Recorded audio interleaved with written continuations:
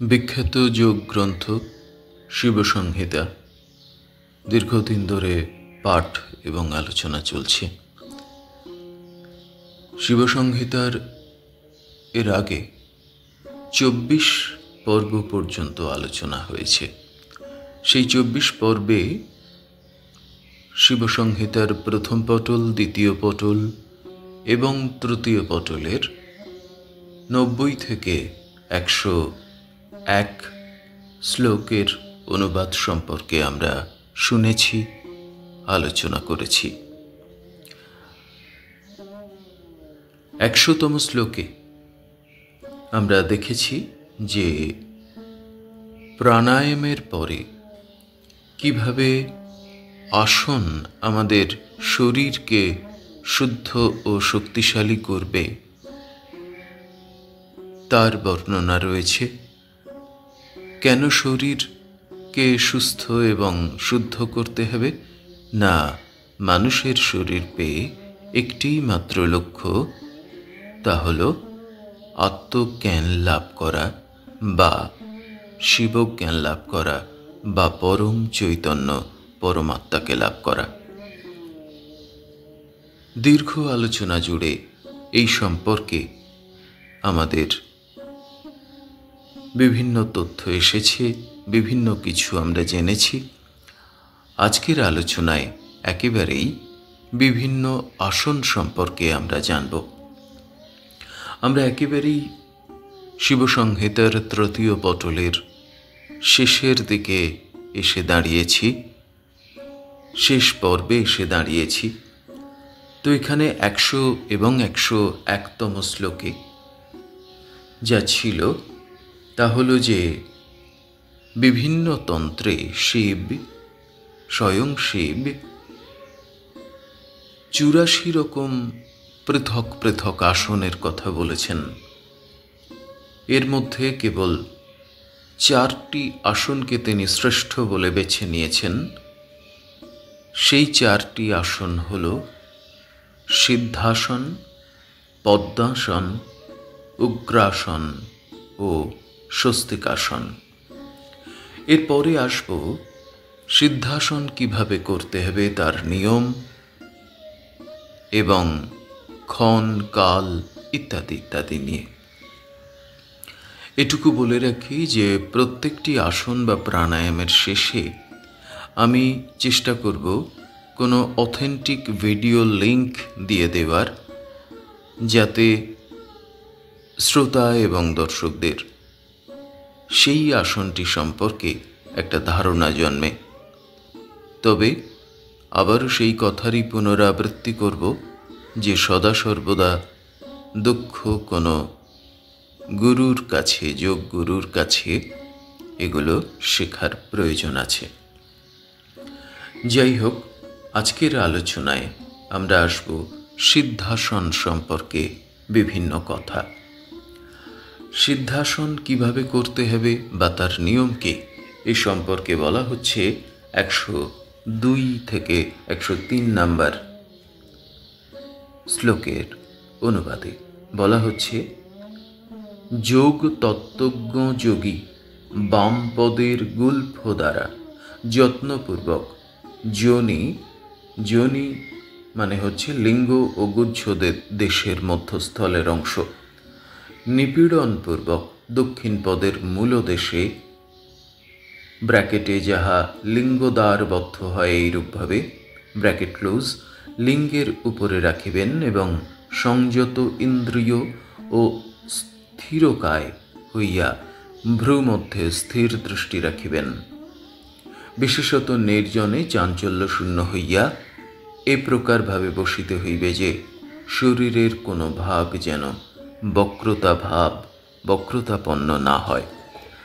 সহজ বাংলা করলে যা দাঁড়ায় এবং একটু বুঝিয়ে বললে যা দাঁড়ায় যে যিনি যোগের তত্ত্ব সম্পর্কে জেনেছেন সেই রকম শ্রদ্ধাশীল যোগ সম্পর্কে শ্রদ্ধাশীল মানুষ বা যোগী, তিনি বাম পায়ের গোড়ালি দিয়ে খুব ধীরে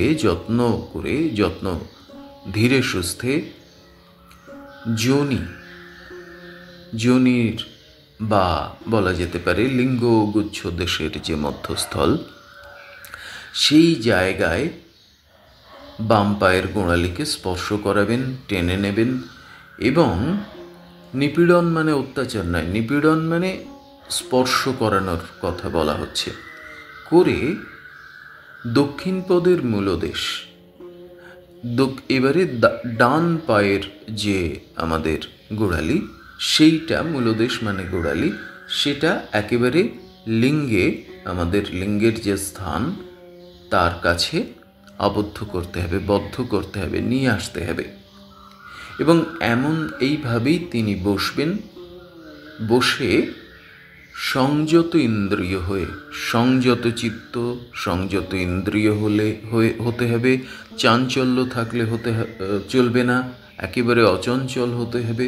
স্থির কায়, অর্থাৎ কায় মানে শরীর, স্থির মানে যা অস্থির নয়, অর্থাৎ এক জায়গায় শরীরকে স্থির করে বসতে হবে। আর দৃষ্টি কোথায় থাকবে? ভ্রু মধ্যে, দুই ভ্রুর মাঝখানে আমাদের দৃষ্টি থাকবে, অর্থাৎ যৌগিক ভাষায় যাকে আজ্ঞাচক্র বলা হয়। এবং কখন বসবেন? সাধারণত নির্জনে। নির্জনে স্থান খুব গুরুত্বপূর্ণ। কেন স্থান গুরুত্বপূর্ণ? যোগ কোথায় কোথায় করা যাবে না এ সম্পর্কে যোগীচর্যা গ্রন্থে দীর্ঘ আলোচনা হয়েছে। সেখানে দত্তাত্রেয় এবং অলৌকির কথোপকথন দীর্ঘ গ্রন্থ, তা 3টি ভাগে ভাগ করে আলোচনা হয়েছে, প্রথম পর্ব, দ্বিতীয় পর্ব এবং তৃতীয় পর্বে। এই ভিডিওর নিচে তার লিঙ্ক দেওয়া থাকছে, আপনার ইচ্ছে করলে সেগুলো যারা কৌতূহলী এ সম্পর্কে শুনে নিতে পারেন। তো নির্জন জায়গায় বসতে হবে এই রকম আসনে, যাকে আমরা বলছি সিদ্ধাসন, এবং একেবারে চঞ্চলতাহীন হয়ে বসতে হবে। আর লক্ষ্য রাখতে হবে শরীরের কোনো অংশ যেন বেঁকে না থাকে, সোজা, মেরুদণ্ড সোজা করে আমাদের বসতে হবে। এই যে মেরুদণ্ড সোজা, এর কারণ হিসেবে কিন্তু দীর্ঘ আলোচনা হয়েছে। আমাদের জীবাত্মা এবং পরমাত্মা, মায়া কোনটা আর মায়া কোনটা নয়, সচ্চিদানন্দ, পরম ব্রহ্ম আর মায়া। এই মায়া থেকে, এই অবিদ্যা থেকে, অজ্ঞান থেকে কি করে পরমাত্মা জ্ঞান বা বিদ্যায় আমরা পৌঁছব, কি করে আমরা মৃত্যুঞ্জয় হব, তার রহস্যের জন্যে পৃথিবীর কোথাও ঘুরতে হবে না। সেই রহস্যের ঠিকানা রয়েছে আমাদের মেরুদণ্ডের মধ্যে। তাই সদা সর্বদা মেরুদণ্ডকে সোজা করে বসতে হবে, কোথাও যেন মেরুদণ্ড বেঁকে না থাকে। তারপরে কি করতে হবে? এইরূপ উপবেশনকে সিদ্ধাসন কহে। এইভাবে বসে থাকাকে বলা হয় সিদ্ধাসন। সিদ্ধাসন, সিদ্ধযোগ আসন। অর্থাৎ যে শারীরিক, কাকে একটু অন্যভাবে যদি এর সংজ্ঞা দিতে চাই, তাহলে যে শারীরিক ভঙ্গি আমাদের মানব জন্মকে সিদ্ধ করতে পারে, এই মানব জন্মকে যে আসন সিদ্ধ করতে পারে, সিদ্ধ আমরা কখন হব? যখন আমরা পরমাত্মার কাছে গিয়ে দাঁড়াবো, অবিদ্যামুক্ত হব। তো সেই আসন হচ্ছে এটা। অনেক সিদ্ধযোগী এই আসন দ্বারাই সিদ্ধিপ্রাপ্ত হইয়াছেন। আর বলা হচ্ছে যে অনেক যোগী সিদ্ধি লাভ করেছেন শুধুমাত্র এই আসনে উপবেশন করে এবং সাধন করে। এই সিদ্ধাসনে উপবিষ্ট হইয়া যোগাভ্যাস করিলে শীঘ্র যোগের নিষ্পত্তি অবস্থা প্রাপ্ত হওয়া যায়। এই আসনে বসে যদি যোগ অভ্যেস করা যায়, তাহলে খুব তাড়াতাড়ি নিষ্পত্তি অবস্থায় পৌঁছানো যায়। শব্দটি নিষ্পত্তি অবস্থা, যা নিষ্পন্ন হয়েছে, সাধারণ বাংলা করলে যা দাঁড়ায়, কিন্তু এই নিষ্পত্তি অবস্থা কি, তা কিন্তু অতিগুচ্ছ, অতি গোপন এবং মহামূল্যবান একটি চৈতন্যগত অবস্থা। মানুষের মানবদেহের। তো এটি সম্পর্কে আমরা কিন্তু এর আগের বিভিন্ন পর্বে আলোচনা করেছি। পরিচয় অবস্থা কী, নিষ্পত্তি অবস্থা কী, যারা শুনতে চান সেগুলো শুনে নিতে পারেন। তো এই নিষ্পত্তি অবস্থায় পৌঁছতে পারেন যোগী কার মাধ্যমে? এই সিদ্ধাসনের মাধ্যমে। যাহারা বায়ু পান করেন, 105তম শ্লোক পড়ছি, যাহারা বায়ু সাধন করেন তাহাদের পক্ষে সর্বদা সিদ্ধাসন গ্রহণ করা উচিত। এই সিদ্ধাসন দ্বারা যোগাভ্যাস করিলে ভবসাগর পার হইয়া পরমাগতি প্রাপ্ত হওয়া যায়। এর আগের বিভিন্ন আমরা প্রাণায়াম নিয়ে আলোচনা করেছি বিভিন্ন পর্বে, এবং সেখানে বায়ু পান, শীতলী মুদ্রা ইত্যাদি ইত্যাদি নিয়ে আমরা দীর্ঘ আলোচনা করেছি। তো বলছেন, স্বয়ং শিব বলছেন যে যারা বায়ু সাধন করেন অর্থাৎ প্রাণায়াম করেন বা বায়ু পান করেন বা শীতলী মুদ্রা করেন, তারা যদি এই সিদ্ধাসনে বসে তা অভ্যেস করেন তাহলে খুব তাড়াতাড়ি তিনি কিন্তু পরম গতি লাভ করতে পারেন। অর্থাৎ প্রাণায়ামের যে মূল উদ্দেশ্য, যে পরমাত্মার সঙ্গে সংযুক্ত হওয়া, ঈশ্বরের সঙ্গে সংযুক্ত হওয়া, তাহলে কিন্তু খুব তাড়াতাড়ি যোগী এই সিদ্ধাসনে উপবেশন করে, সিদ্ধাসনে বসে বায়ু সাধন করলে বা প্রাণায়াম করলে খুব তাড়াতাড়ি তার লক্ষ্যে উপনীত হতে পারেন। 106তম শ্লোকে কি বলা হচ্ছে? বলা হচ্ছে যে এই সিদ্ধাসন অপেক্ষা গোপনীয় শ্রেষ্ঠতম আসন পৃথ্বীতলে আর নাই। সাধক ব্যক্তি ইহার অনুধ্যান মাত্রই পাতক হইতে মুক্ত হন। বলা হচ্ছে এই যে সিদ্ধাসনের কথা বলা হলো, এই সিদ্ধাসন অতিশয় গোপনীয় এবং শ্রেষ্ঠতম আসন। পৃথিবীতে এই আসনের তুলনায় আর কোনো শ্রেষ্ঠ আসন নেই, এবং সাধক ব্যক্তি এই আসনে বসে, এই আসন অভ্যেস করে যোগ সাধন করলে খুব তাড়াতাড়ি পাতক থেকে মুক্ত হতে পারেন। এই হলো সিদ্ধাসন সম্পর্কে শিবসংহিতার আলোচনা। অতি উচ্চ স্থানে রাখা হয়েছে সিদ্ধাসনকে। আমরা